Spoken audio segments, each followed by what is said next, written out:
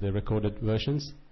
Thing is, one might question what is the purpose of doing something like this in English,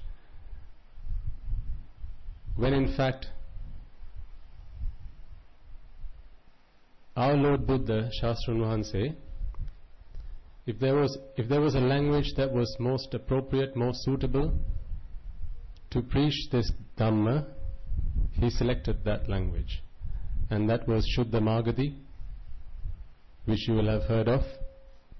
But the reality is, in today's world, the most commonly used language is English. And so there are a lot of people that do a lot to promote Buddhism and the Lord Buddha's teaching, benefit all humankind. And therefore it is our duty to try our best. It's not easy, it never is easy, to try and convey his message in not just our usual medium, that is Sinhala, but also in English, and quite possibly in future maybe some other languages as well, maybe Hindi. And I'm informed that some of the monks that ordained along with us recently are versed in other languages such as Hindi, Italian, and actually we're also looking for someone who might be well versed in Tamil. But it's not just the command of the language that's important, it's the understanding of the Dhamma. And it's when the two come together, you can convey this message with its true meaning and the true power that lies within. So, this is the first time we are doing this sort of thing at this place, and you are the first few people, or you are the pioneers who are taking part. Useful, spread the word in future. But before we get started, as is customary for us, it's not just human beings that you and I can see through our physical eyes that listen to this Deshana. There are also the celestial beings that we don't see with our eyes.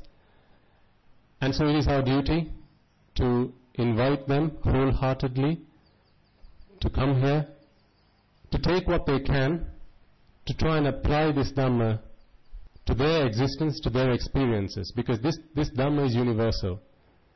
It's not limited to any particular kind of existence. You and I, we are human beings, but this Dhamma applies equally to all kinds of beings, gods, Brahmas, and even those beings that are in the apayas, the hells. But it is quite unfortunate that those in the apayas and animals, it's too late for them. They are not able to understand this Dhamma. They can hear the Dhamma, well, certainly the animals, but they can't understand this because they don't have the wisdom to do that. That makes you special. And I'll explain that a little bit more as we go further. What makes you special? In fact, it's a question you should be asking yourself. How are you any different to animals? If all you do day in, day out is the same that they do, what's the meaning of our existence? Do we attain, do we gain anything that they don't? So let's ask ourselves that question today. But before we get started, let's invite the Devas and the Brahmas, and also spare a moment for those relatives of yours you've passed along your way in samsara.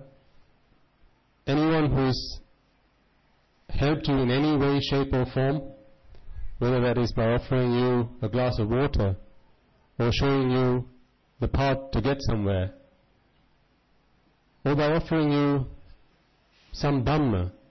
And that might not necessarily have been the Dhamma that helps you to attain Nibbana, but it is something that helped you along the way. So as I recite the the Gatha, to invite the Devas. Can I ask you to do the same within yourself as well? Samanta Chakravalesu Atra Gacchanti Devata Sadhamman Munirajasasa Sunantu Saggamukkadham Dhammasavana Kale Badanta Dhammasavana Kale Badanta Dhammasavana Kale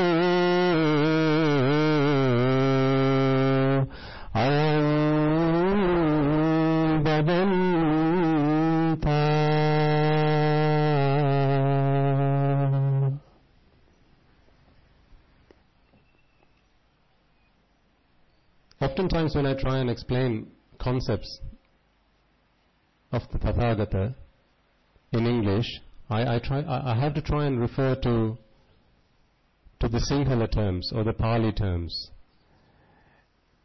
and then try and explain that, or try and translate it into English.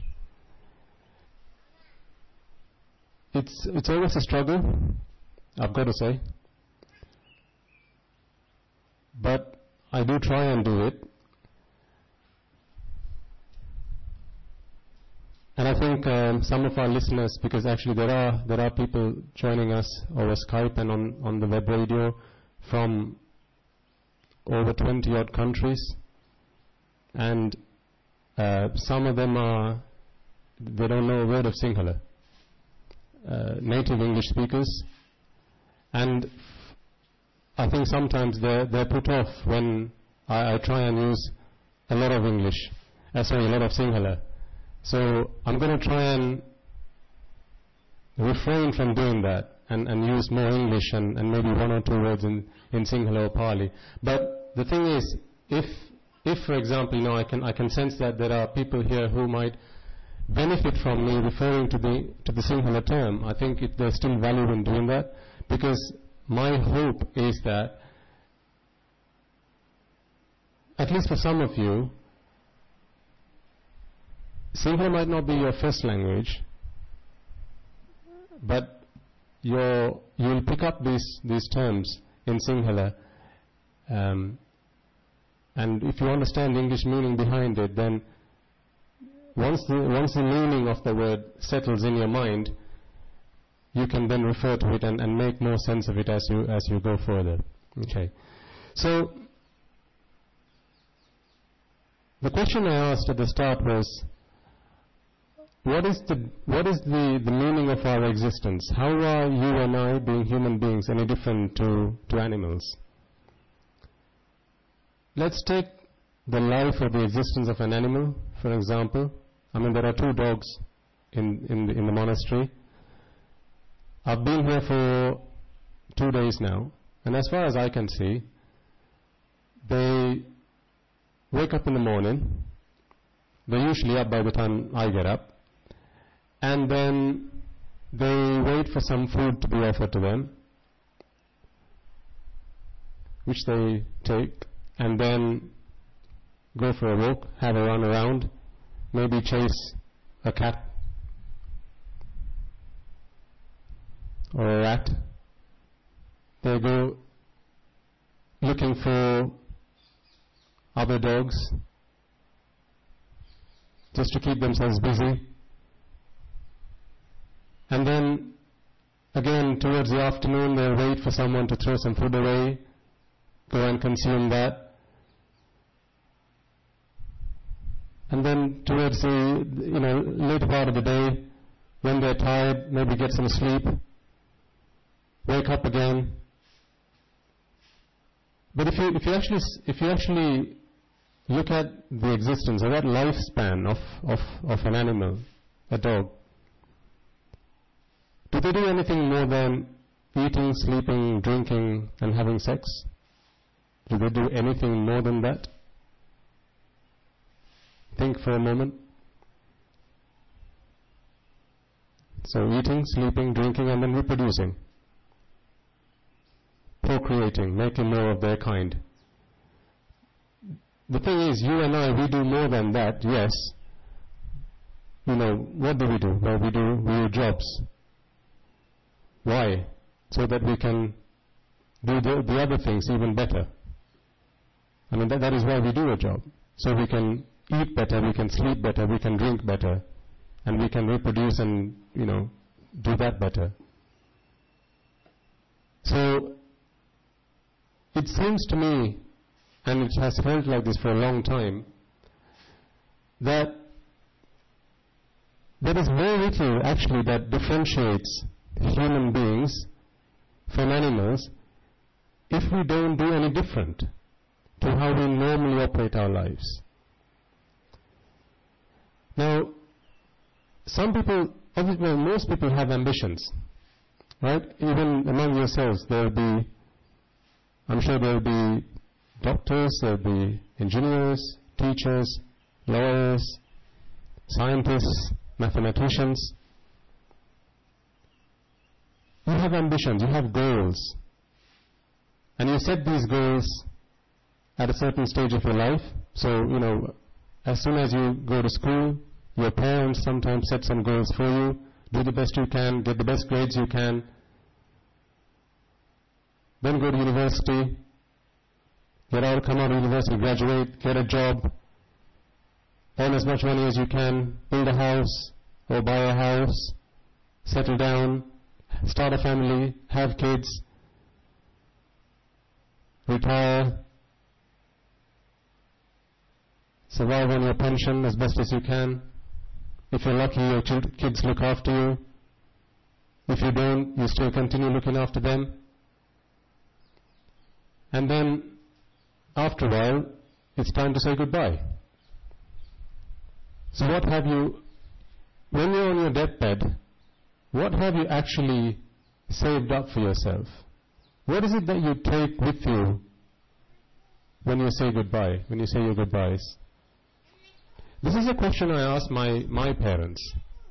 When I explained to them, I have, for all those goals and ambitions that you set me when I was growing up, I now have one of my own. I want to ordain. I want to try something different in life, because as far as I can see, and quite frankly, I asked them a question and said, give me an honest answer, right? Let's be frank, let's be open and honest. Let's have a dialogue, because you're educated, you've educated me, thankfully. So let's have an intelligent conversation. And I asked them the question: everything we do to be happy, right? Yeah, we do so we can be happy. And your parents before that, yeah, they did the same. Okay, great. So, the jobs you did, the education that you took, all of these things you did to be happy. Yes. Okay, great. Now I look at them today, in their late 50s, early 60s, but as far as I can see, they've got all sorts of aches and pains, ailments, diseases, you name it. Diabetes, high blood pressure, cholesterol, high cholesterol, you name it, they've got it. I mean, my poor dad, he did a lot for me and my brother. He dedicated his entire life for us. And to this date, he still does. Because although I've taken this path in life, my brother is still in their care. The thing is, they're at that point in life where unless they do something now, it's going to be too late for them. Why? Because any time after now, as in, they're in their mid-60s now actually, my dad is. a change in his lifestyle after now is going to be too late because he's going to be bedridden soon. So what is he going to gain even if he won the lottery today? For all the education that he's had, for all the doctorates that he's had, that he's been able to achieve, what has he actually gained out of his life's existence? So I asked him the question, if all you've been looking for is happiness, have you found this happiness that you've been looking for today? So they have a think and then they say, well actually no, we haven't. Okay. So I said, let's think about your parents, as in my grandparents. My grandparents are in a very sad state today. I mean, they're looked after, yes, but physically, one of my grandparents, one of my grandmothers, she's got dementia. So how much happiness can she actually get out of her existence? No matter what you take her, the physical things, food. So this is the things we do, right? When you live abroad and you come to Sri Lanka, what do? You bring gifts for your friends and family, chocolates and all of these things, because you think that's what makes them happy, and then you give it to them. I mean, my parents do the same. I used to do the same. But the thing is, none of that makes my grandparents happy now. Not really happy. So I asked my parents the question, well, if you're not happy, your parents aren't happy, and quite possibly their parents before that, why do you think I should do exactly what you did? Have a good education, go to university, graduate, get a job, settle down, buy a home, have kids. That's exactly what you did. That's exactly what your parents did, and the parents before them.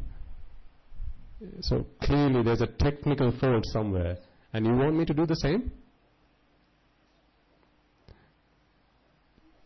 If you have children, right?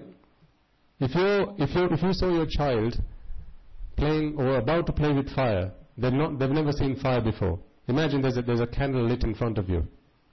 Your child's walking up to it and they want to touch the fire or the flame.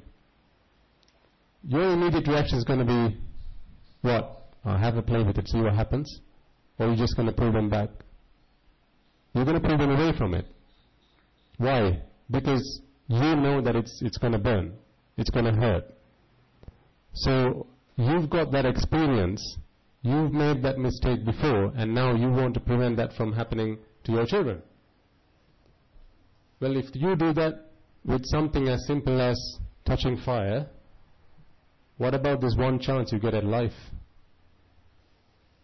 Should you not be a little bit more careful about the advice and the guidance that you give your children?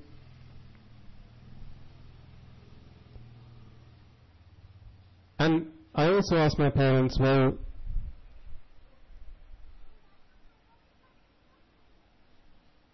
the education that they worked hard to give me, that actually took me very far in life. In fact, I'll share some of my experiences because you're probably wondering, why did you ordain? That's a question I get a lot of the time. They look at me, they ask me, how old are you?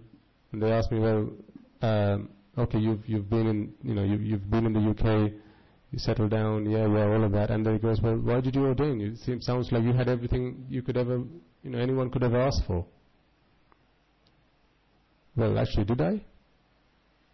So yes, I went to university, I graduated, I got a job in a bank. It's called the Royal Bank of Scotland. I think it's one of the 5 largest banks in the world. As a technology architect, solutions architect. So technology was my field.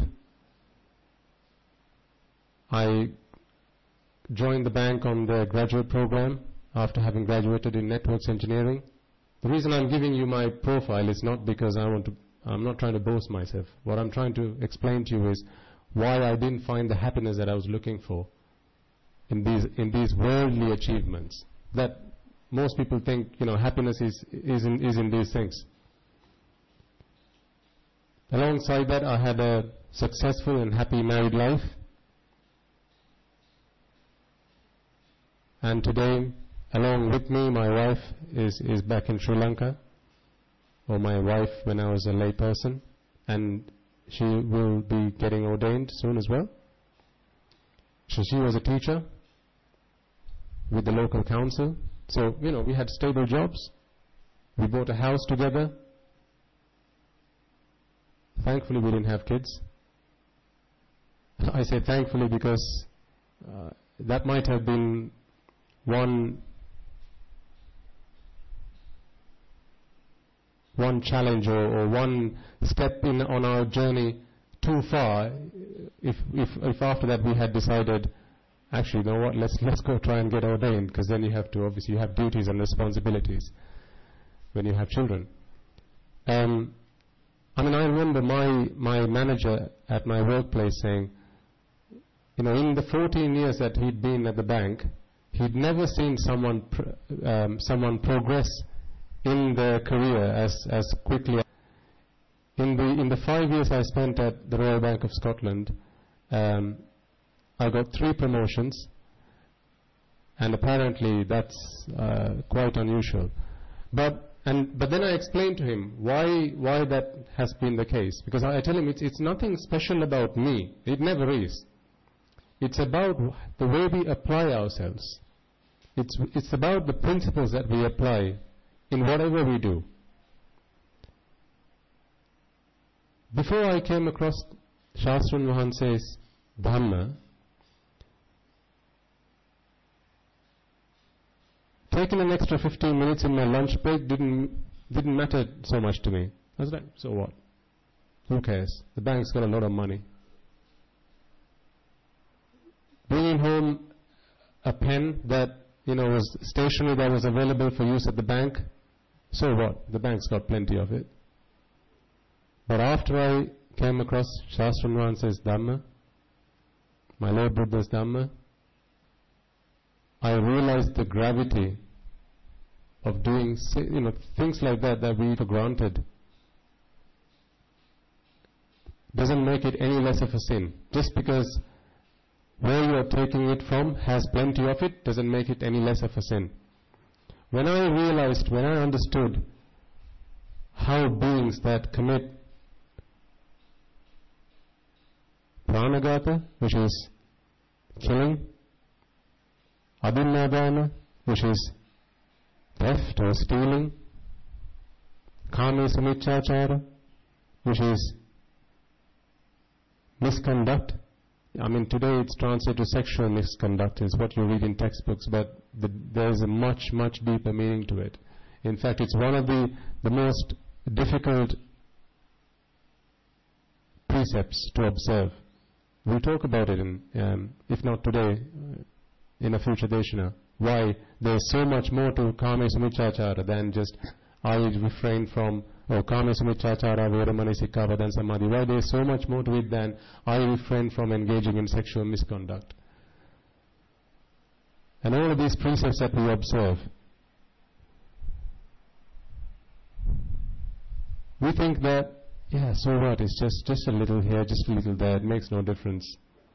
When I realized how beings suffer in the apayas,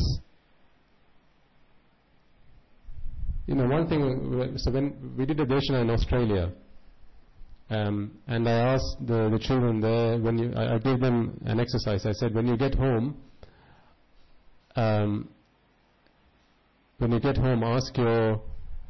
ask your parents to, if you need parental guidance, because I don't know how the laws operate there, in terms of videos and watching content online. Get your parents to show you a video of hell on YouTube. So you just type in hell and see what comes up.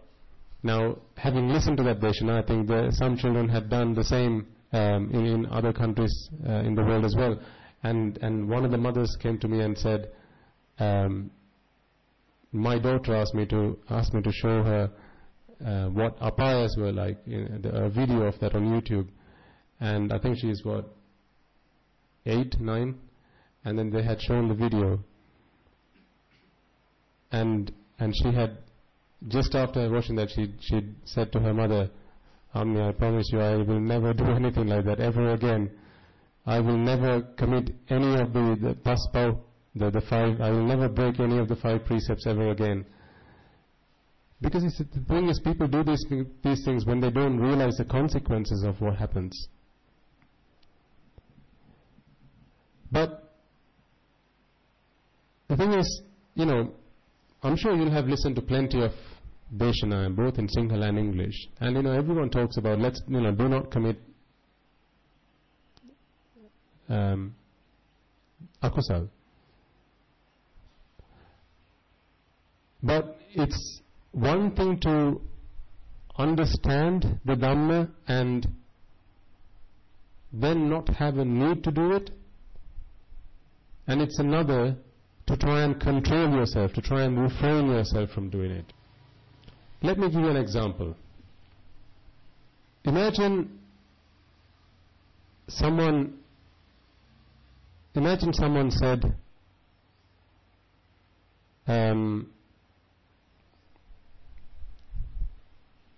there's a bag full of coins, there's a bag full of gold coins.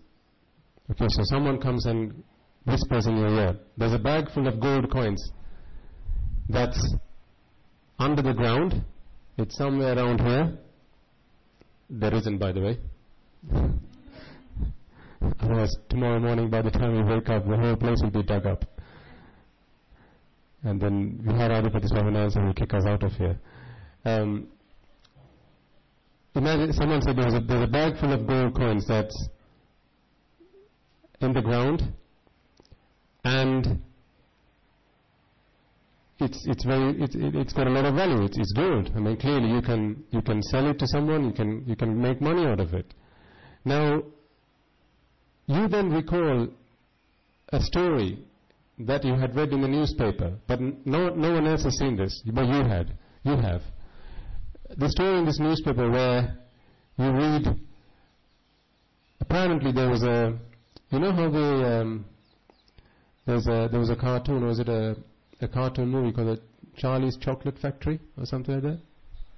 So it's where they have this, in fact, actually you find these sweets, chocolate, but just wrapped in gold foil, and they look like coins, either pound coins or dollar coins or whatever. Right? You'll find this in all kinds of countries.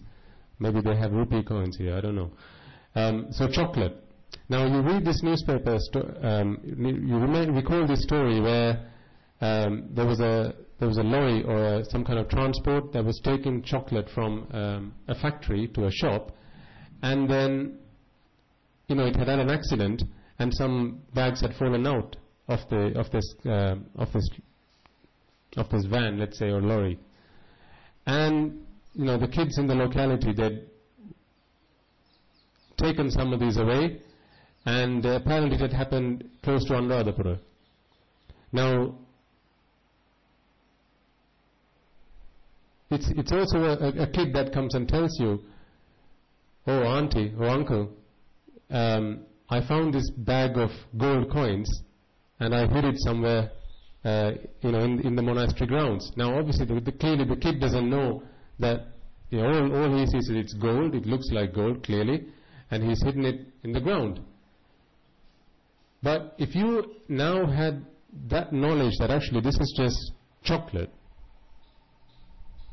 you wouldn't feel you would have no desire to go digging for it, because this has no value or very little value at all. But if you took that person's word for it, or that child's word for it, and you thought, actually, yeah, this is gold, so I have no reason to not believe what this child says. From the moment you hear that, the one thing that's going to be in your mind is, where might that gold be? And you're then completely restless until you go and find it. So the thing is, what I want to convey by using that example is this happiness is a little bit like that.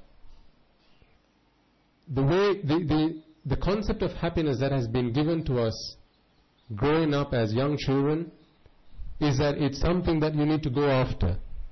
You need to pursue happiness. In fact, there's a movie called The Pursuit of Happiness. I don't know if you watched it. You go after it, you go looking for it, and then you find it. Whereas Shastrunvan says interpretation of happiness, or the word that he uses, ashva there, is entirely different. It's not something you go after. In fact, you can only achieve happiness if you have an unhappiness or a sadness or a sorrow that you need to pacify. Let me give you an example. Does eating make you happy? Does eating, or the fan up there, so it's blowing wind on you, does that make you, is that a pleasurable feeling? Is it? Is it always a pleasurable feeling, or is it only a pleasurable feeling if it's hot? What if it was really cold? Your reaction would then be, who the hell's who switched this fan on? What were they thinking? It's cold outside, just go and switch the damn thing off, is what you're going to be thinking. Why? Well, if the fan was what gave you happiness, or the cold wind that gives you happiness, nothing's changed. So this happiness is something, so it's not in the fan, it's not in the cold wind that comes and rubs against your body or hits your body. What if, we use heaters back in the UK or in Australia and other countries where you have winter, the winter season. When do you enjoy having the heaters on? In the summer? No, you only enjoy having them on in the winter. Why? Because then you want, this cold is now the problem, and you want that cold to go away, and therefore you switch the heaters on. You're looking for warmth, you're looking for heat. And then you say, that feels good. When that warm air hits your body and it's cold outside, you say that feels good. But at that time, if you switch the air conditioning on and you got a blast of cold wind, that sends a shiver up your spine and goes, switch that thing off, please. So clearly, happiness or that pleasurable feeling does not exist in that physical object or in that entity. So where does it exist then? How does one feel that? How does one feel pleasure? Isn't pleasure something that can only be felt when there's a need for it? Isn't food? Doesn't food only give you a good feeling when you're hungry? What if when you're full? Does food give you the same pleasurable feeling then? So then is pleasure something that exists within food? What about if you're thirsty? People say, I could kill for a glass of water. Sometimes when you're really thirsty, you say that. But if you were really, if you were drenched in water and you had plenty of it, and someone said, would you like any more water? No, thank you much, I'm really full. So you can't take that same level of pleasure from water or food when you don't have a need for it.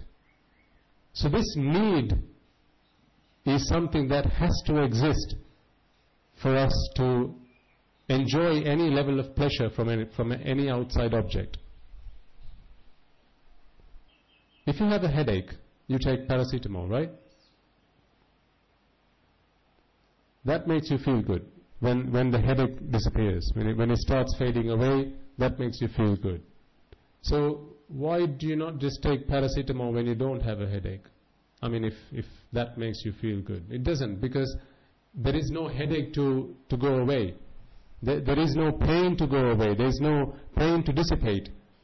It's the pain that goes away that gives you that good feeling.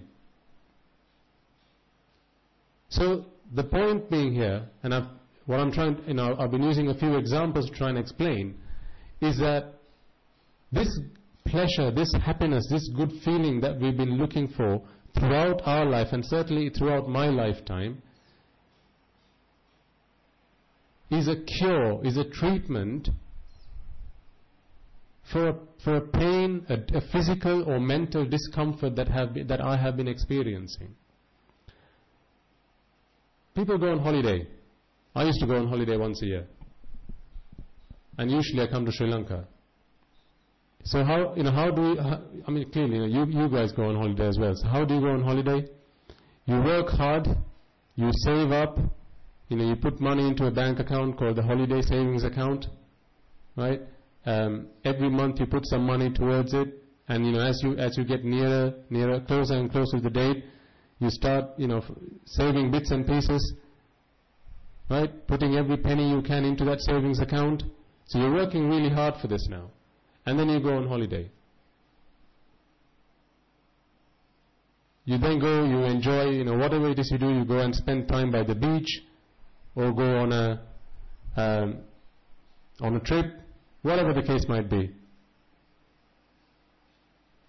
And then you come back and say, oh, you had a really good and relaxing time. Why did you need a relaxing time? Well, clearly you've been stressing yourself out trying to save up for your holiday.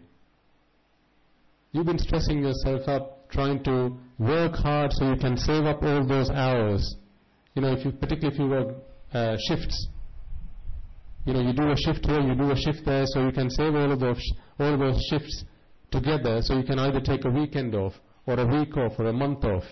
And that's how my parents, when they used to work shifts, used to save up for holidays. Not just money, but even time. So, but then, if you say I asked you to go on holiday every day, would that bring you the same amount of pleasure as it does when you go once a year? Here's another question. Can you name one or two popular holiday destinations?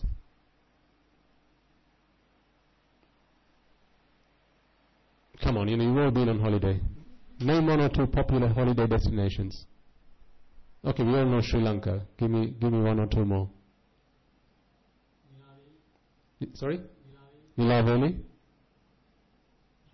What about some countries? Popular countries for holidays? Well, clearly Australia is one. Right? People go, where else do people go? Singapore? Malaysia? Thailand, yeah? Dubai, yes? Very popular. So in all of those countries that you just named, if I went to each of those countries and asked people there, where do you go on holiday? What do you think they'd say? If I went to Dubai and asked, citizens of Dubai, apparently Dubai is a holiday destination. It's the number one on the charts for holidays. So clearly, if you want to go on holiday, if you want a break, you don't go anywhere, right? I mean, you're there. What do you think they're going to say? No way. We go somewhere else. They'll say we go either, some other country. They might say I go to the UK or to America. Or somewhere else where it's not so hot. Iceland or Finland or Norway or somewhere else. But then hang on a second. I thought when we drew up that list of top holiday destinations, Dubai was number one. So if people if Dubai was our number one holiday destination, people in Dubai don't need to really go anywhere for holiday. They should just all be there. So then we should then surely come to the conclusion that this pleasure that we seek in holiday does not exist in Dubai. It does not exist in Australia. It does not exist in Singapore or in Thailand or Malaysia or even in Ilaveli or Sri Lanka. Because otherwise people in those countries should not be going anywhere on holiday. They should just be wherever they are. So clearly we've got it wrong somewhere. Have you ever stopped to think about this? But we do spend a lot of money going on holiday, don't we? I mean, holiday is a big industry. And I'm sure globally as well, but also in the UK, it's a massive industry. By the time you get to school term breaks, usually July, is it July? Yeah, July, August time. A few weeks before that, that's all people talk about. At work, when you go to see friends, that's all they talk about. Where are you going on holiday? How much have you saved up? And then, people just love talking about holidays. But people never talk about why they have to go on holiday. When I talk to our kids, and we usually have these discussions, I ask them, if you tell me that you eat because it gives you pleasure, you should only have to eat when you want to eat. If you had to do something when you didn't want to do it, that can't be something that gives you pleasure. Are you with me? Let me try and explain it. How long can you survive without food? Most people maybe a few days, a week, and then after that you have to take some food. But people these days, the way that we eat food is like, this is what God put us on this planet for. To eat. For those people that believe that God created the world and everything in it, this is what God put us in this world for, to eat, to satisfy our tongues and taste. Okay, then if you're saying that you eat for pleasure, surely you should have a choice about it. Okay, then stop eating and show me. And then a few days on, they go, now I'm hungry, I have to eat. Well, I thought you just do it for pleasure. When you go to the library, or you have books at home. Okay, let me put it this way. If I asked you what's your hobby, people have various hobbies, right? Some people collect stamps. Some people, play an instrument. Some people might dance, sing. Why is that a hobby? It's because you have a choice about it. You say it's a hobby because it gives you pleasure. It's something you do, to break the rhythm. When all you do day in, day out is wake up, go to work or go to school, come back home, have your meals, look after the kids and go to bed, and you want to break that rhythm, you pick up a hobby. You do something a little bit different to give you that variety. But now you have a choice about it, and that's why it gives you a good feeling. It gives you pleasure. What if you had no choice about it? All of the things I just stated above, you have no choice. Such as waking up, going to school, going to work, eating, cooking, sleeping. You have no choice about it. If you are born a human being, if you have this physical form, for its sustenance, for its maintenance, you have to do all of these things.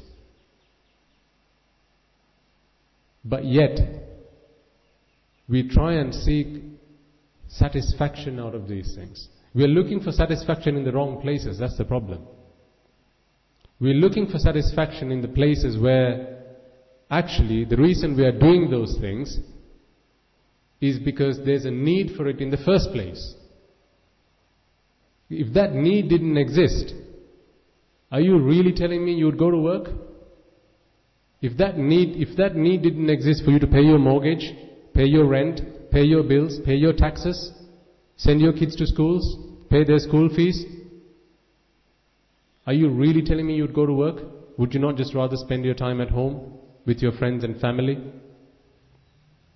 Are you really telling me you would want to cook if actually all your meals were cooked for you? I mean, a king, right? In his kingdom, he can do whatever the hell he likes, right? Does he ever go and cook? He doesn't go to the kitchen and cook. Why? I mean, if he wanted, he could do it. No, because, all his food is cooked for him. So he doesn't bother. Well, if cooking gave him satisfaction, then clearly he could just, ask everyone else to get out of the kitchen and go and cook. But, you and I, we go and find these cookery books, and we say, well, I'm going to try out a different recipe today. Sometimes, we think that's fun, and we try out a different recipe, we try a different meal. Apparently cooking makes us happy. Apparently. See, none of these things I named above, we do because we have a choice. Hobbies, yes, we have a choice. But the other things, we do for our survival, for our existence. So, when I asked my parents, all of these things you've been doing, your parents before them, why do you think I should do the same if clearly you've tried it out and it's not worked out for you? And, it's not just once. Several, many hundreds, many thousands of generations before you have tried it. Why do you ask me to do it again? And that's when that's when they were dumbfounded. They had nothing to say. And then I explained to them, this satisfaction that you're looking for does not exist out there. It does not exist in the things that you do. It does not exist in the material possessions that you buy or you try and possess, you try and take over, the businesses that you try to sustain, the relationships that you try to maintain. That happiness, that satisfaction does not exist in those things. You find that happiness when you stop looking for it. When you stop looking for it, when you stop doing all of these things that you and I do and have been doing, looking for this, that's when you actually find it. And that's what I have found today. Quite frankly, I didn't know what day of the week it was until one of these gentlemen came and reminded me we have a Deshana later on today. And then I remembered, every Sunday we used to do this. I had lost track of time. My God, how free I feel. I didn't know what day of the week it is. I don't know what time it is. When they say, okay, it's time for Dane, then I know it must be around 11:30, maybe 12 o'clock. But I told you, right, I had a really successful career. But to have a successful career, you need to do certain things. And one of these things is to try and get the most out of the time you have. So one of the things that was really instilled in my mind was, everyone only has 24 hours. It's what you do in those 24 hours that makes a difference. So I then went and read up on various philosophers, the things that they said, various, what do you call them, motivational speakers. I can name quite a few. Jim Rohn, Anthony Robbins, very famous, popular people. These guys used to be my mentors. I've never met them, but I used to watch their videos, many hours of it at a stretch, on YouTube. Sometimes all I did was, get them plugged on my earphones while I was at the gym, exercising. Listen to these guys, tell me about how do I manage my diary, how do I keep fit, how do I invest my money. And I used to maintain a diary, and in my diary, and I've shown some of these kids as well, I used to have a diary. I start my diary Monday to Friday, and I write down all of the things I need to do at work. And then, so before I start my week, I have everything I need to do written down. And then I start numbering it. Actually, there's a guy called Brian Tracy. If you're interested, read up. He's written a book called Eat That Frog. Interesting title. It's because he says, if ever you want to do something, you start with the most ugly or the ugliest thing first. Don't spend your time in doing the riffraff. Don't spend your time just doing the low value things. Focus your time on the high value things, but the things that you and I, we don't necessarily like doing. So you try and focus on those things. And so I used to number the things I need to do, A, B, C, D, and then I had a numbering system after it, A1, A2, A3, A4, and therefore I didn't work on A2 until I had finished A1. So my system, I had a system that worked perfectly. And it was this system that helped me be as successful, as I explained to you before. So it was with military precision I planned my career. Investments the same. But then I realized all I get at the end of this is a check or some money that goes into my bank account, and at the end of every month I get a few zeros added at the end of my balance. Now this money I save up in an account, and then what do? If I used to eat so much, I eat some more. If I used to drink so much, I drink some more. If I used to sleep so much, well actually the amount of time I had to sleep now started to reduce. I slept less than I used to, because now I was working hard. I was working really hard, because I thought, man, I can earn some money now. But for that I had to sacrifice my sleep. I had to sacrifice the time I spent with my family. And that had an effect on my relationships. And then a few months later I asked myself the question, hang on a second. So let's go back to basics. I'm trying to do what? Trying to be happy. All I can see me doing is working harder and harder and harder. Am I happy? Really? Ask yourselves that question. Are you really happy? If you are, what are you doing here? What have you come here looking for? If material possessions, if material gains, achievements give you the happiness that you look for, what are you looking for from my Shastra, Nuhan say? Now that I've found happiness, I don't go anywhere else looking for anything else. So now I know, yes, I found happiness. But if you're still here, if you're still coming here looking for something that you haven't found in your day-to-day lives, then clearly you're still looking for it. There's still a question mark in the happiness box. My question mark has now been replaced with a tick. So I'm no longer looking for it. I found it. This realization came along with the understanding of the reality of this world, of everything I see around me, within and around me. You'll have heard the saying, Nahi silena vatang hotu uppajjanti tathagata attakkara tini pada sambuddhena prakashita. What does that mean? See, why do people refer to religion? Why do people try to be religious? Or what do people actually look for in religions or in philosophies? What do they actually look for? Is it not the answer to that box that has happiness next to it? They're looking for something to fill that box. After having worked hard, played hard, earned hard, lived hard, and that happiness box is still, they're not sure.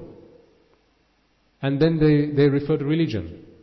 Perhaps religion might have an answer, whether that's Christianity, Islam, Hinduism, Judaism, Catholicism, or Buddhism. The main reason that people look for, the main thing that people look for in religion is an answer to fill that box that has the label happiness next to it. I've tried all of the above.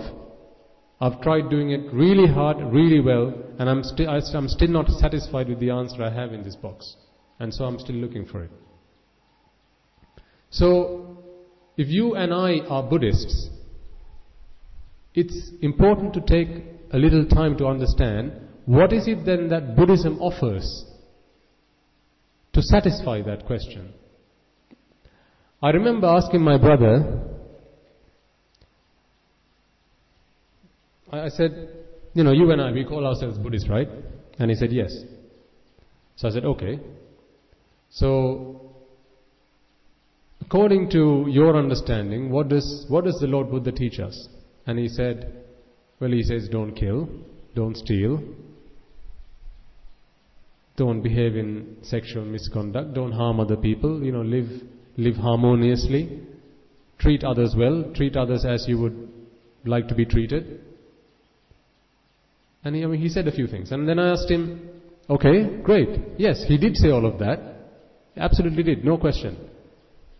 What about Jesus Christ? Did he say any different? So Jesus Christ said no different to that. Okay, great. What about Prophet Muhammad? If you study the Holy Quran, do you think the Holy Quran says anything different to the above? No? So then what's the difference between Buddhism and Christianity, or Buddhism and every other religion? I mean, you and I, if we don't take the time to understand what Buddhism offers, in addition to all of the above, we might as well be Christians. We might as well be Muslims. And there's nothing wrong with that. There's nothing wrong with Christianity or Islam. They're great philosophies, taught and given to humanity by great philosophers and great teachers. People beyond compare to the likes of you and I. But what is it that then the Lord Buddha gave us? What does Buddhism offer that these other religions don't? It's a question worth asking. Nahi silena vatang hotu uppajjanti tathagata. Tathagatayan vahanse. The Tathagata does not come into this world to teach about precepts or the way you conduct yourself. Silvat. The Tathagata does not come into this world to teach us about that. Okay? Then what does he come to teach us about? Attakkara nipada sambuddhena prakashita. Attakkara. Akuru atak. 8 letters. Tini pada. Pada tunak. 3 words. Sambuddhena. The Samma Sambuddha. Prakashita. That's his discourse. So what is it? What are the 3 words that have 8 letters that the Lord Buddha gave us? I mean, this is why this is important. This is what sets Buddhism apart from every other kind of philosophy out there. Every other kind of philosophy. This is what distinguishes Buddhism from everything else. Anichcha, Dukkha, Anaththa. No other religion, no other philosophy teaches about Anichcha, Dukkha, Anaththa.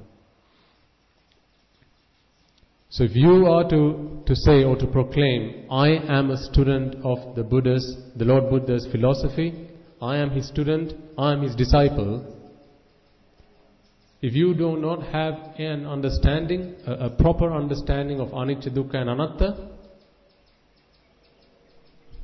then you have no right to claim that you are a student of his.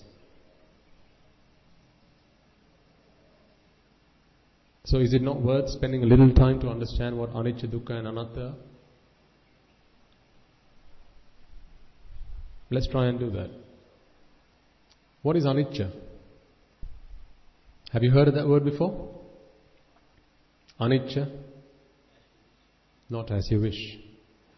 The beauty of these words in the Magadhi language, the Magadhi language or Pali is what the Lord Buddha used to teach the Dhamma, is that the meaning of the words are contained within them. There's a science called etymology. Look it up in the dictionary. Etymology is how words are made up. And the same applies when we study these words in Pali as well. Anichcha, Ichcha, na Ichcha or Anichcha, Anichcha. What is Ichcha? Have you heard? Now this is where I'm going to have to refer to some Sinhala terms, but I'll give the translations in English as well.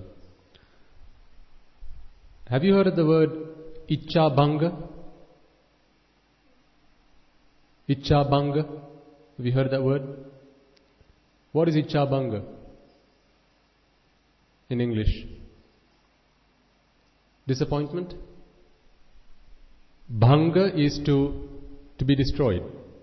So Ichcha bhanga is where your hope is lost. You have lost hope.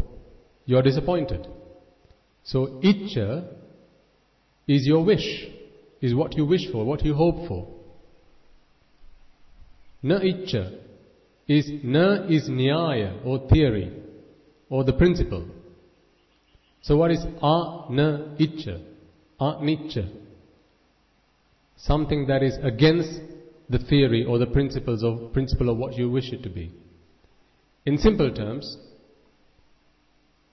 things are not the way you want it to be or you wish it to be. Now that's simple to try and put it that way, but that doesn't say a lot. Let's try and explain that so it makes sense. Think about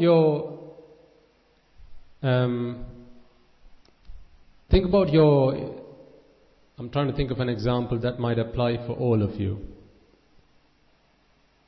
Okay, let's take this. Let's take fire. We've all seen fire. You've lit a fire. Very simple example. But simple is always good. As long as it works, right? If you take a matchstick, rub it against the side of the matchbox where you get the friction.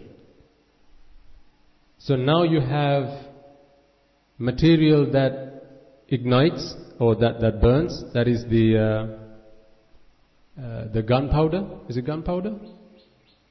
Some kind of powder on the end of the matchstick. You're giving it friction, and through that you give it heat, and you have oxygen in the air. When the three of them combine, what's the result? Fire. How much did what you wished or what you wanted have an influence on that? If I asked you to write an equation, x plus y plus z equals fire, what would you put into x plus y plus z? What would be the values against x, y and z? So x would be the powder, the gunpowder or whatever that might be. Y being friction and therefore the heat that you get, and Z being oxygen in the air. Now if I said, okay, hang on a second, I want to add something else to that equation, and that is my desire for the result to be fire. Do you think I'm doing anything worthwhile by adding that? Is it not the same as adding a zero to that equation? Because as long as you have those three conditions, your result is a fire. Whether you wish it to be or whether you like it to be fire or not has nothing to do with it. Another example. Think about actually this is a good one, especially if you have children. And if you are a child, then think about your own experiences. Your child's performance at school. Right? Think about their last school tests and the result that they got at the school test. If they had to do X amount of study, or so much study, go to so many classes, do so much practice, homework, tuition, to achieve a certain result, and all of these were applied in the right amounts, and the result was a pass, what if that subject was the child's favorite subject, but you would never want them to progress their career in that? Let's say something like, I don't know, when I was growing up, the last thing my parents wanted me to do was something like music or dance. I mean, times might have changed now, but back then they wanted me to be a doctor or a mathematician or an engineer, right? So if I said I was interested in music, I mean, I could study it at school, but to take it any further beyond GCSEs was a no-go. Right? So, but say for the child that was their favorite subject. Let's say dance. For a child, dance is their favorite subject at school. So they put in so much study, they do all the homework that they're asked for, they go to all the classes, take tuition. I don't know if there is tuition for dance, maybe not.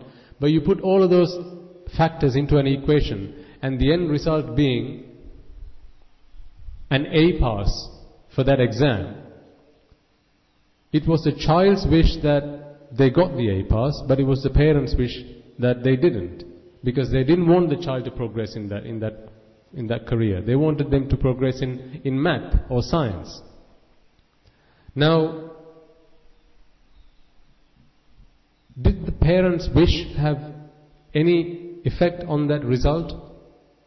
What about the child's wish? Because one could say, well, okay, it's a child that's actually doing all of those things.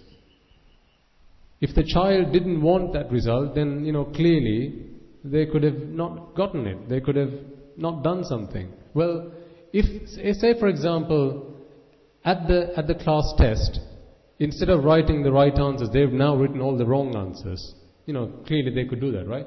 If they didn't want to pass the test, they could just write a lot of rubbish in their paper and then tell their parents, actually, I wrote all the right answers, I don't know what happened. But is it their wish that had anything to do with it, or is it the fact that one of the conditions for them to have passed the test was all of the right answers to be in the right places, and that condition was not fulfilled? See, the Lord Buddha teaches us cause and effect, hetupalawada. He doesn't, when asked the question, "O Lord Buddha, do you teach of existence or non-existence?" The Lord Buddha says, I don't teach of existence, atta, or non-existence, natta. I teach about hetupalawada, or cause and effect. If the causes are there, the effect arises. That's all there is. Provided the right causes are there, it will rain today. Provided the right causes are there, it will not rain today. Whether you wish for it to rain or whether I wish for it not to rain has nothing to do with it. But what's the problem then? The problem is that when we go through in life, we attach ourselves to these results. We attach ourselves to the phenomenon that is the result of these conditions. For example, I might attach myself to the result that I get, that my child gets I expect my child to get a certain result in their exam. I mean, let's be fair, parents, that's what we do. You want your children to do the best they can, and you then set expectations. See, when I talk to young children, I tell them, there's nothing wrong with setting expectations, just make sure you get an insurance policy. What do I mean by that? What's the first thing you do before you put a car out on the road? You get an insurance policy. Why? Because if something happens to the car, and you have no guarantee that nothing's going to happen to the car, that the car's not have an accident, therefore you get an insurance policy. What guarantee do you have that if you set an expectation on something, that expectation is going to be realized? Because if you can do that, that's not an expectation, that's a certainty. If you set an expectation, get an insurance policy. Because if you're setting an expectation, be ready to be disappointed. If you're not ready to be disappointed, don't set expectations. This is how we bring suffering towards us. Things around us happen due to cause and effect. What do? We go and set expectations.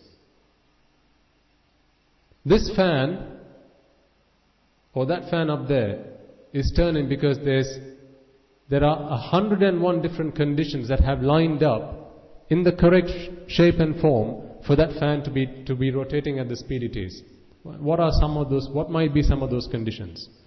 There's water that's falling from a waterfall somewhere, that's hitting a turbine, right? That turbine's got, say, 10 blades. This water's falling at a certain speed. What if the water hits something on the way down? That speed is now reduced. Okay, what if one of those blades on the turbine falls off? Or what if there's an issue in one of the electrical circuits? Now that turbine then generates power. It comes through the electric wires. How many kilometers of electric wire do you think it passes on the way here? All the way from wherever it's generated, all the way up to here, right, through the electric circuitry in this building and up there, and it's turning now. You couldn't begin to list the different conditions that need to be lined up for this result to be realized the way it is right now. It would just be too numerous. You could start writing just the right causes for a certain effect, and you'd never end. When we were in Australia, we did an experiment with the children there. I asked them to think of a random number. I said, think of a random number. And I think one boy there said, I think it was a girl actually, she said, was it number 9 or something like that? I said, so okay, so it's number 9, right? She said, yeah, you're not going to change it. No, it's number 9. Okay. So did anyone influence that? I said, don't tell the other person sat next to you what that number is. Just think of the random number and then say it. So it was not influenced by anyone, and they said, right, number 9. I can't remember exactly what number it was, but let's just say it's number 9. And then I asked them, okay, so now you're saying this has not been influenced. I asked her, why did you go for number 9? And then she said, it's because that was my last birthday. So I said, I thought I asked you for a random number. How can this be random now? Because it has been influenced by something else. So just because your last birthday was 9, now it's number 9, okay. So why was 9 your last birthday? It's because that was when, 9 years ago was when your parents decided to have you. Either by choice or, I don't know, out of no choice. However, that's when you were conceived, and 9 years later, here you are. So what about the conditions 9 years ago that determined that you were to be conceived? Perhaps, it had been a year after their parents had got married. Why did the parents wait a year after they got married? Maybe because they had to wait until they could save up to buy a house, so they could settle down before they wanted to have a child. Why did they have to wait a year for that? Well, because, when, the job that the father did, or perhaps the mother was unemployed and just the father worked and on his salary, or his income, or their joint income, whatever, it took them a year to save up for that. And why was that? Well, maybe it's because, when he was studying music at school, his parents said, don't study music, go to study science. Whereas actually, had he gone on to study music, he would have been much more well off. But no, he had to go study science because his parents wanted him to do that. And therefore, it took him that long to save up, to buy a house, to have a child, so that 9 years later, she's now sat in front of me telling me that her random number is number 9. Is it really random? So this was the second time I did this experiment. The previous time, I asked another girl what her random number was, and we went all the way back. I think so we went through various points in her life, how she was left or right-handed, to the way that her cot was laid down at home, to the way that the architect had designed the house. And you might think, what's the relevance? Well, actually, if you keep asking the question why, or how did that happen to be, how did that happen to be, how did that happen to be, there's no end to it. If you were to list or write down all the different conditions that gave a particular result, believe you me, there would be no end to it. This is why there's a problem with us at going and attaching ourselves to a certain result. When you go and hook yourself to a certain result and you say, I want this to be the outcome, you're doing that with no full understanding of all the conditions that need to line up to give you that result. So what happens if one of those conditions change? You're not going to get the result you wanted. What happens then? You're disappointed. So when you set these expectations, aren't you clearly setting yourself up for disappointment? This is what the Lord Buddha says, Anichcha. Na Ichcha. Things around you doesn't happen because you want them to happen like that. It's because the right conditions are lined up for that to be the result. It's nothing to do with your wish. It's nothing to do with your desire. It's nothing to do with how you want it to be. If the right conditions are there, or forget the word right, if the conditions are there, the result is there. That is hetu palavade. If the right hetu or the causes are there, you get that effect. Palaya, or the fruit. So when you understand this philosophy, do you then go about setting expectations on your houses, your jobs, your education? I mean, that's not to say you don't work as hard as you can.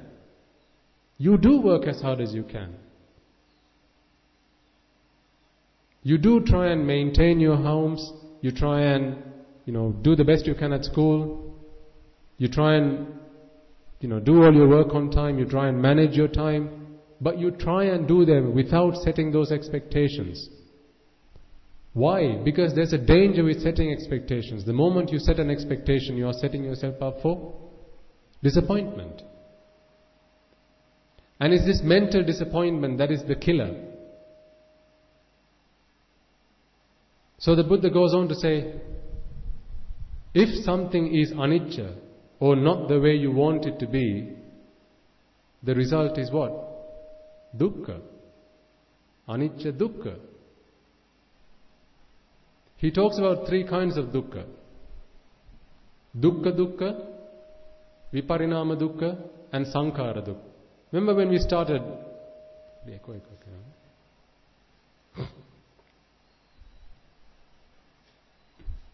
Remember when we started, I asked you, why do we eat?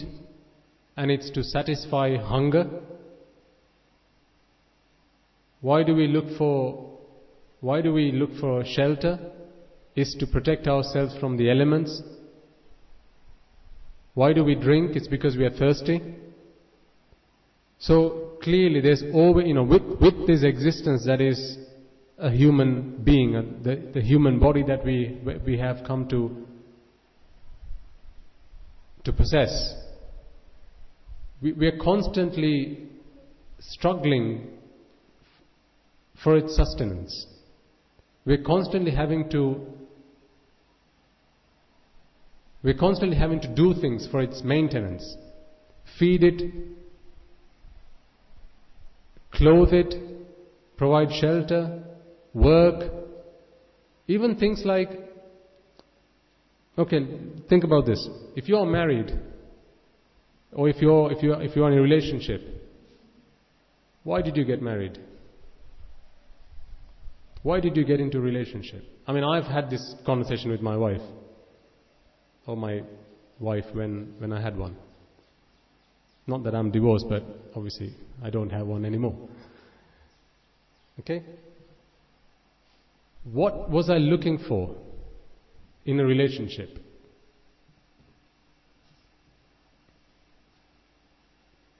When I had lived about 20 odd years of my life, and then asked myself, what else am I missing? My parents helped me as well, and they said, well, soon enough you're going to be all by yourself. You're not going to have anyone to talk to.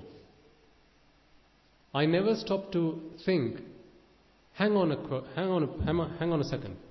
Isn't the problem here that I need someone to talk to?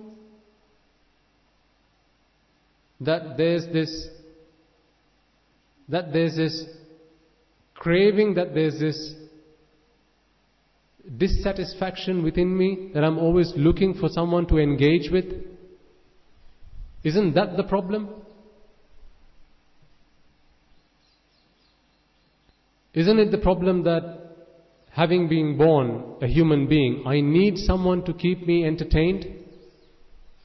Why do you get a pet? Is it because you are so compassionate that you want to, you bring a stray animal and feed it? Is it purely out of compassion? Or is it because you need that little bit more, you need a little bit of entertainment, you need that engagement, you need something to keep you occupied? Isn't your mind always looking for something to do, to be engaged with? Could you just sit down for 1 second, or not, well actually, 1 second you'd probably manage that. Could you sit down in a dark room, lock yourself up, no light, nothing, no sound, and be like that? How long can you stay like that for? How long? How long do you think? An hour? You shouldn't do anything. You shouldn't even shake your arms or legs. I mean, seriously, why do people when they sit, why do they start shaking their legs? What does it give them when they do that? What are they looking for? Is that for exercise?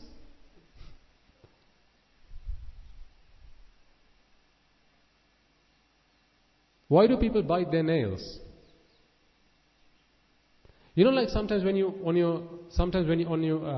your palms or on some part of your body, you get these like a mole or something, like a wart, and you feel it protrudes from the surface. Imagine you had something like that on the wrist of your palm. From the moment you get that, without you even thinking about it, your other hand is always like itching at it or scratching at it. It happens without even thinking about it. What are you looking for? Why are you doing that? Why can't you just do nothing? Have you ever stopped to think about this?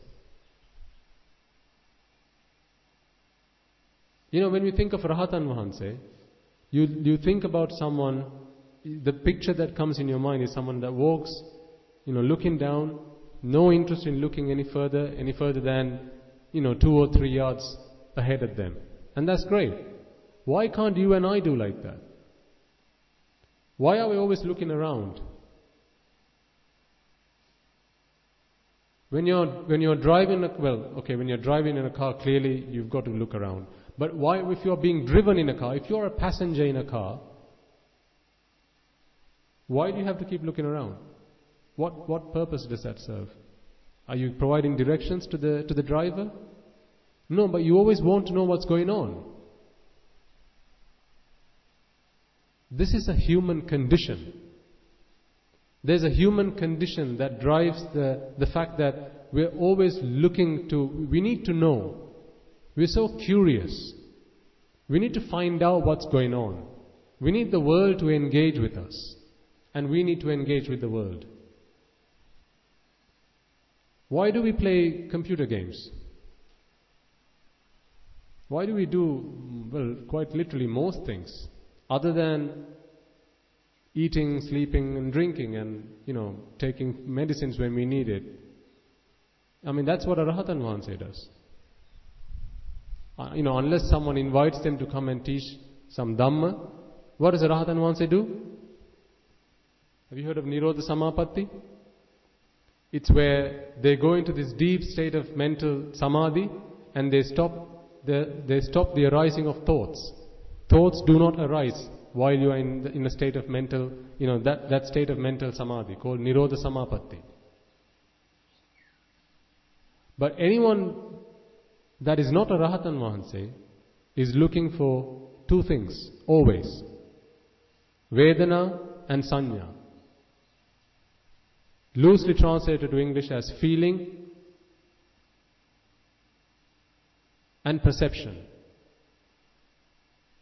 You want to know something is going on and then you want to identify it. You need to know something's going on. That's why you're always looking around. And then you need to try and put labels against it. This is what's going on. I'm not satisfied with knowing something's going on. I need to know what's going on as well. That's why you look around. That's why that's why you need to shake your legs when you're sat down. Have you ever wondered why do you do that? Because your mind is, if your mind is not being engaged, it's looking for, okay, if I'm not getting it from the outside world, I'm going to generate it myself. Let's start shaking those legs a little bit. Now I can feel something's going on. So isn't the problem that we're suffering from this human condition that we don't see? And the question I asked is, why do you get married? And said, and as I said, I had this conversation with my wife. I got married because my mind was looking for something to engage with. My mind was looking for something to engage with. Her mind was looking for something to engage with. All we did was give each other two minds to engage with. Something to keep each other occupied. It ashames me to look in her face and say, the only reason I got married to you was because I needed someone to keep me occupied. When actually she thought I loved her. And that's what I've been telling her, I really love you, I'll do anything and everything for you. Well, actually all I was looking for was for my mind to be occupied with something. Because otherwise, if I could just sit down in a dark room, do nothing, I wouldn't need anything or anyone else to come and engage me. But I can't. Because my mind's always looking for something new, something different. It gets bored and it gets tired of the same thing. Given over and over and over again, I need something else now. There's loads of teledramas in Sri Lanka, right? I mean, in the UK there are one or two popular ones like EastEnders and Emmerdale, I think is another one. But I know in Sri Lanka, so we watch sometimes on YouTube, and usually we are spoiled for choice, because every week there's like a new one. Question for you is, how many times can you watch the same episode of the same teledrama? How many times? Once. Why can you not watch it a second time? Is it not because you now know what's going to happen? Your mind does not seek. Your mind is still looking for something new, something interesting. But it's not going to get it now because it knows what's going to happen. This is why you now need a new episode. Because if all you needed was some pictures, some music, well, you can get that from the same episode. But your mind needs to be entertained. And for the mind to be entertained, you need to give it new sensations and new feelings. You need to give it something new to identify. Something new to keep it occupied. So isn't that the problem we need to try and solve? The fact that it needs it. But that's not what we've been trying to solve all this time. Throughout our lives, whenever we wanted something, we thought the answer to this is to go and find it outside. When we wanted food, when we were hungry, we went and got food. When we wanted shelter, we went and got shelter. When we wanted entertainment, we went and watched a movie. Went out with friends. Went out for a meal. Went and had a chat. But every time we needed it, what did we do? You just put a plaster on it. You never went and actually solved the underlying problem, which is, I'm still looking for it. I'm still yearning it. I still need it. That is what Buddhism tries to cure. The root cause. So all of the other things you can keep doing, and you'll keep doing forever and ever and ever. How many movies have you watched now? How many teledramas have you watched? Are you now satisfied?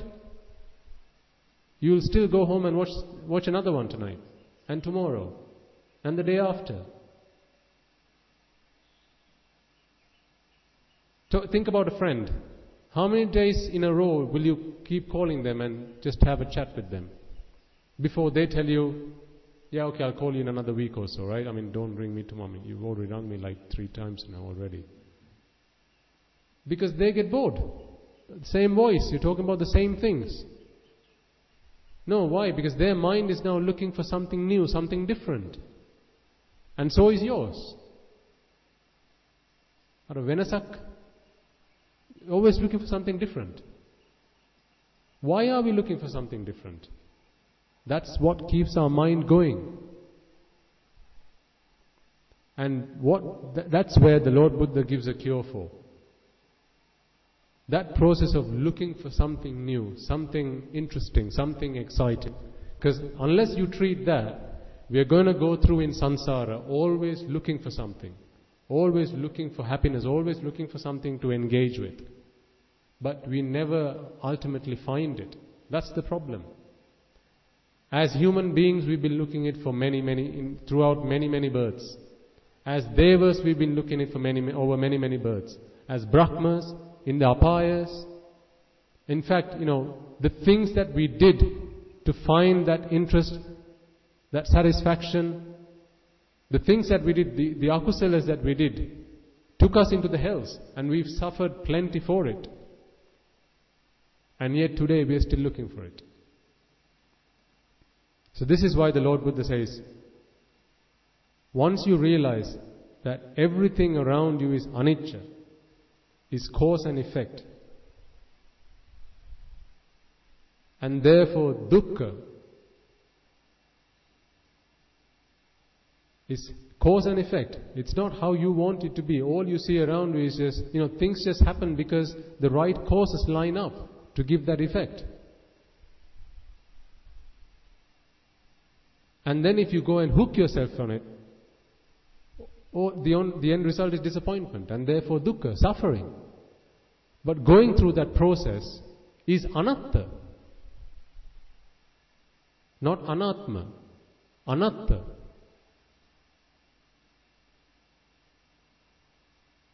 One interpretation today to the word anaththa is soullessness. That's what I learned at Dhampasal. I went to an English Dhampasal in Sri Lanka. I went to a Sinhala one and then to an English one as well. And the word anatma was taught to me as soullessness. When actually someone goes to the Lord Buddha and asks, "Oh Lord Buddha, do you preach about a soul or do you not preach about a soul?" And he says, "I preach of neither. I don't say there is a soul, I don't say there is no soul either." But then today, the translation we give to anatta is anatma, soullessness. When clearly he said, I don't talk about a no soul. What he does say is anatta though. Na atta, useless. Atta is artha. Na artha, arthayak na. Useless, essenceless, meaningless. Well, clearly it's meaningless, because if everything around you, everything that you can perceive is cause and effect, everything you see around you has been conditioned by causes, and then you go and attach yourself to that with expectation, and all you get out of that is disappointment, what's the point of doing that? Stop doing it. This is why he says that process is simply useless. Give it up.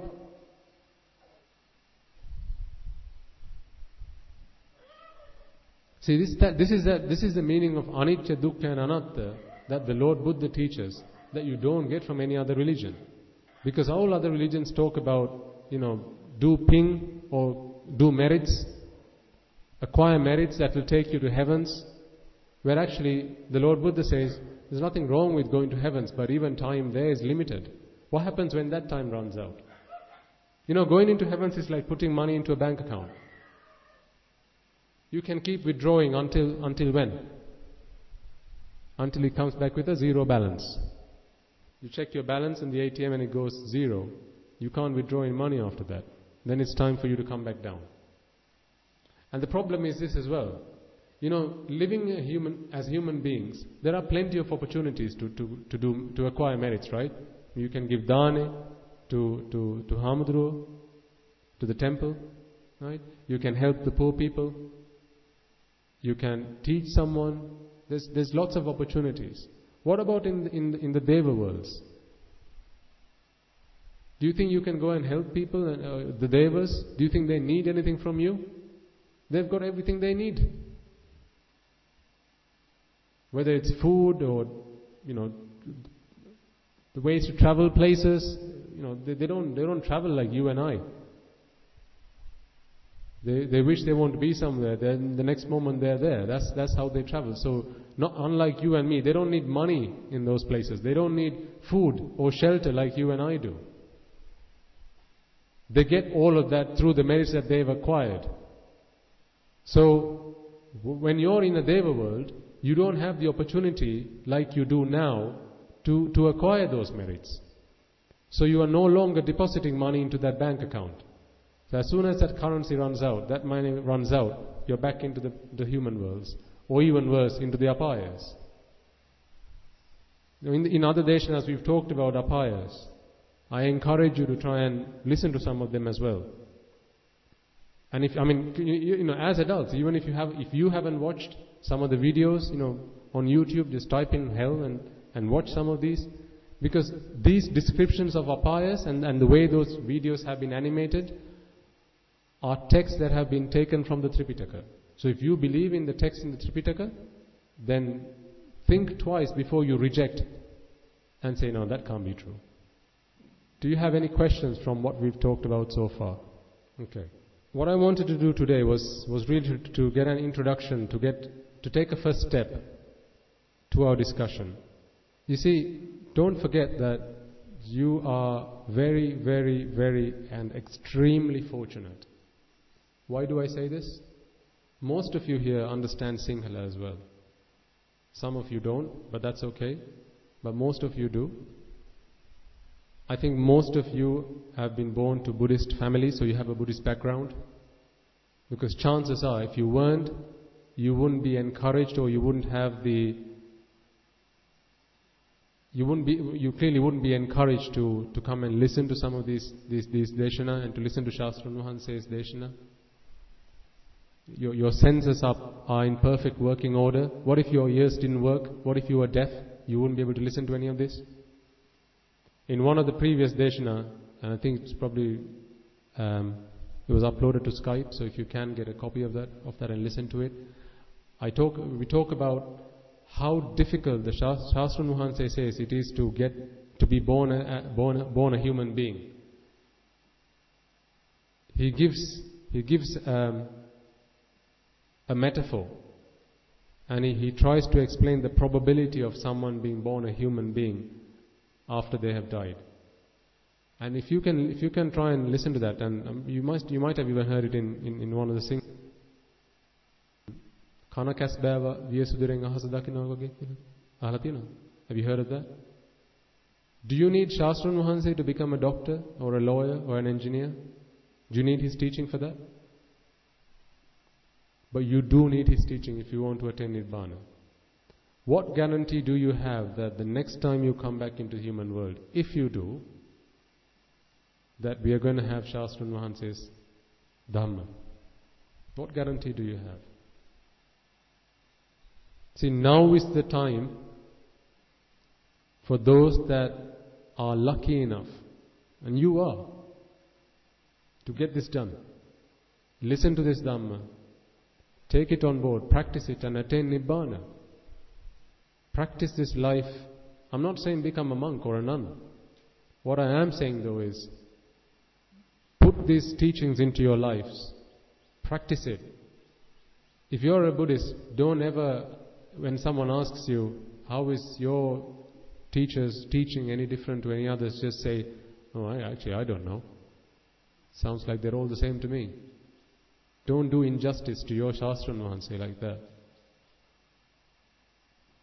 No, this is the perfect one. He didn't spend 6 years undergoing extreme asceticism for nothing. He did that for you and me. He didn't give up his family. He was destined to be an emperor. He didn't give up all of that for you and I to just be ungrateful for that and just say, oh yeah, well, I was born a Buddhist, I'll live a Buddhist, I'll die a Buddhist, so what, I don't know, I've never gained anything out of it. Take some time to understand this teaching of the Lord Buddha. Take some time to understand the real meaning behind the teaching. Because it's only through that you can seek that liberation that you've been looking for. This is why I said at the start, right? From what I can see, you're all very successful people. So, you clearly have successful lives. Whether that's work, study, family lives. But have you found that happiness you've been looking for? If you are still looking for that answer to fill that box with, that has a label called happiness next to it, take some time to study what the Lord Buddha teaches. Take some time to study Anichcha, Dukkha and Anaththa. And then you will realize whether an answer to that really exists or whether it's all but a delusion. And whether that happiness is outside or whether that happiness is something you find when you stop looking for it outside. Okay, one last time, if you have any questions, do ask now, otherwise we will bring the discussion to an end for today. May you all attain Nibbana in this birth itself. Samma Sambuddha Saranai.